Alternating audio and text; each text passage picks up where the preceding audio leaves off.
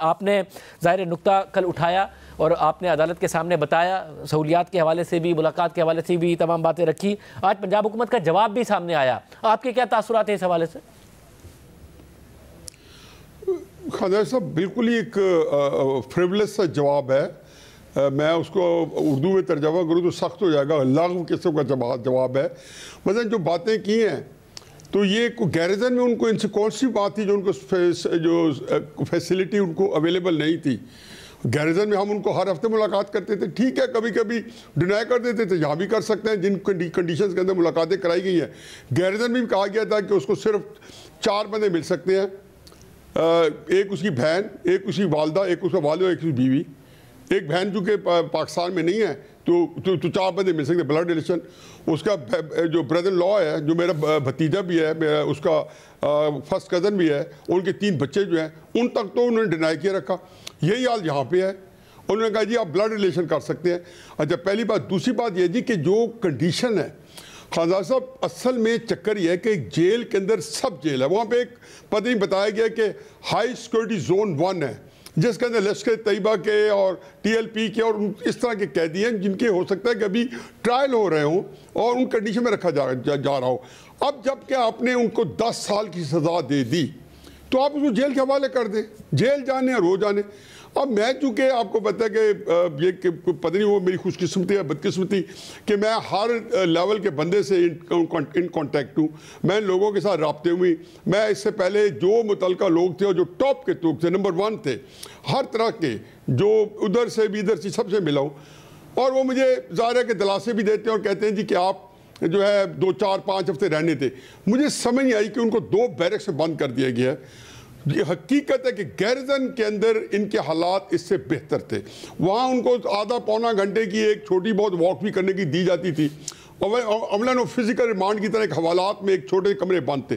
اب ایکچولی یہاں پہ 2 کمروں کے اندر، بڑے اور چھوٹے مجھے اس کا نہیں پتا، ان کے اندر ایک کوریڈور بنا ہوا ہے جہاں پہ 14 ایک طرف تھے، 14 دوسری طرف. شاید ان میں سے 2 کو رہا کر دیا گیا ہے.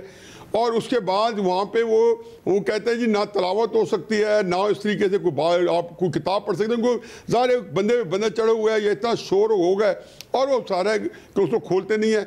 ان کو جیل میں کسی سے ملنے کی اجازت نہیں ہے. 4000 قیدی ہیں کوٹ لکھپت جیل میں. 4000 قیدیوں کے پاس یہ جو جیل رولز کے مطابق صبح ان کو چھوڑ دیا جاتا ہے اور شام کو جو ہے رات کو ان کو بند کر دیا جاتا ہے.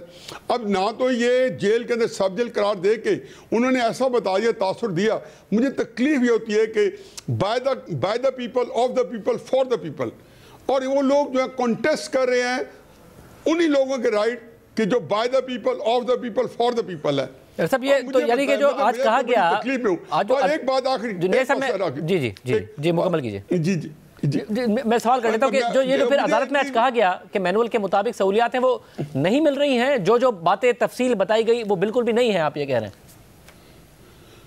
میں یہی بات کرنے لگا تھا کہ مجھے ہنسی آئی کہ آپ تو خیر بہت جو ہے آج کی پیداوار آپ کو کیا پتا ہے کہ 61 65 کی جو ہے سورج پوسٹ وار کا بھی مجھے ذہن میں ہے اور 71 کا تو بہت اچھی طرح نقش ہے.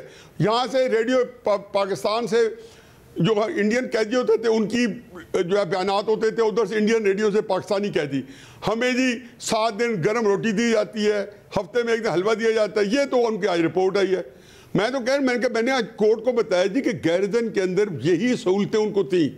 جو اصل چیز ہے کہ ان کے پاس پابندی ہے، ان کے پاس نہ ان کو اپنے کسی رشتہ دار سے، دوست سے، ان کے بزنسز ہیں. جیل مینول کہتا ہے کہ وہ اپنے بزنس کے لیے اپنے سٹاف سے کنسلٹ کر سکیں گے، ان کو رائے دے سکیں گے. وہاں پہ جی جس جگہ ملوایا جاتا ہے، اندر ایک بیرک ہے، آگے ونڈوز بنی ہوئی ہیں اور کھلا سارا معاملہ ہے. ایک قیدی اندر کھڑا ہے اور اس کے 5 7 لواحقین باہر کھڑے ہیں. 700-800 بندہ شور ہو گیا، کوئی کانوں سنائی بات نہیں سنائی دیتی، کوئی کنڈیشن ہے ملنے کی. حقیقت یہ ہے کہ گیرزن میں اکیلا ملوایا جاتا تھا، آدھا گھنٹہ پہلے 20 منٹ 15 منٹ ملواتے تھے, آخری 2-3 مہینوں میں آدھا گھنٹہ کر دیا گیا تھا. لیکن مجھے تو چاہیے نہیں, ہم نے کہی کہ جو جیل مینول کہتا ہے اس کے مطابق رہنے دے. آپ نے مجھے بھی بتائے گا کہ آنکھوں میں دھول جھونکنے کی کوشش کی ہے. ظاہر حسان نیازی کو بہت سخت سزا دی گئی 10 سال کی, بطور فیملی آپ کے لیے ایک مشکل وقت ہے. آج مریم نواز صاحبہ نے ذکر کیا اور جو واقعہ تھا پتلون کے حوالے سے اس کی بات کر کے ویسے تو ہمدردی کا اظہار کر رہی تھی, مگر ایسا لگ رہا تھا کہ 10 سال کی جو قید ہوئی ہے اس کو جسٹیفائی بھی کر رہی تھی. اس پر کیا تاثرات ہیں آپ کے؟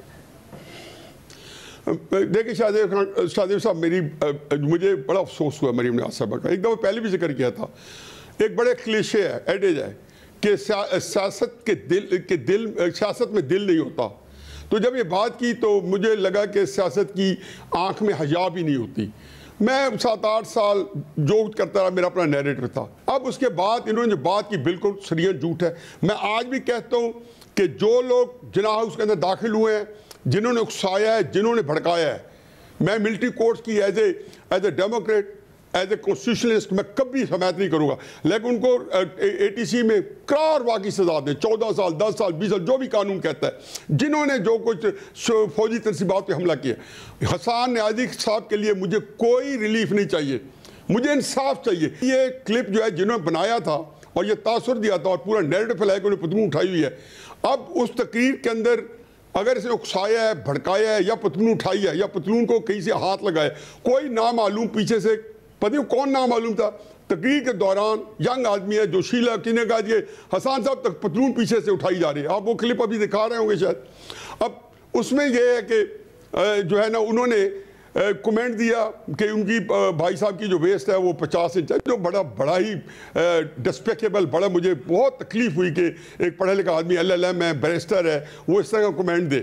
لیکن اور اس کے علاوہ اگر اس میں جو سزا ہوتے, آپ انصاف دے. ریاست جب جھوٹ بول کے لوگوں کو سزائیں دلوائے گی, میرا خیال ہے کہ اس ریاست میں بڑا کڑا وقت آ جاتا ہے.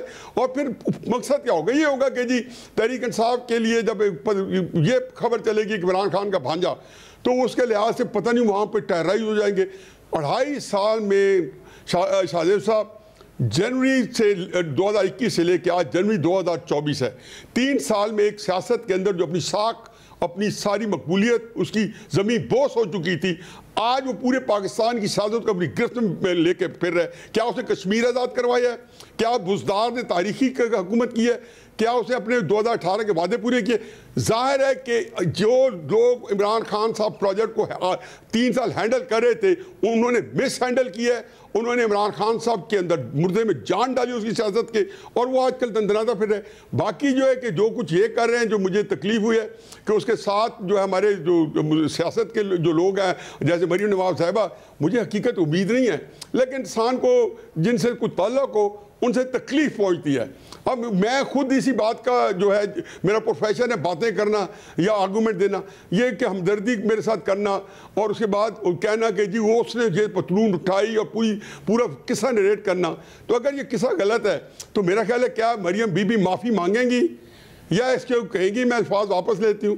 یقیناً نہیں. اب آپ دیکھ لیں کہ ایک صاف چیز ہے, دن دھاڑے, اور وہ پہنچے بھی رات کو ہے یہ, اور یہ تکلیف بھی رات کا ہے. واقعہ تو ہوئے 3-4 پہ ختم ہو گیا تھا. میں کوئی صفائی نہیں دے رہا ہوں, عدالت کے اندر ہم انشاءاللہ اپیل بھی کریں گے اور دیکھیں گے انصاف ملے نہ ملے. مجھے افسوس ہوتا اگر میرا بیٹا جو ہے کسی ایسی ایکٹیویٹی میں جو میرے لیے باعث شرم ہوتی اور میری باعث تصدیق ہوتی کہ اس طرح کا بندہ جو ہے اگر یہ کام کرتا, اور کوئی ملٹری انسٹالیشن پہ یا تنصیبات پہ جو گروسم ایک کرائم ہے وہ یہ کرتا.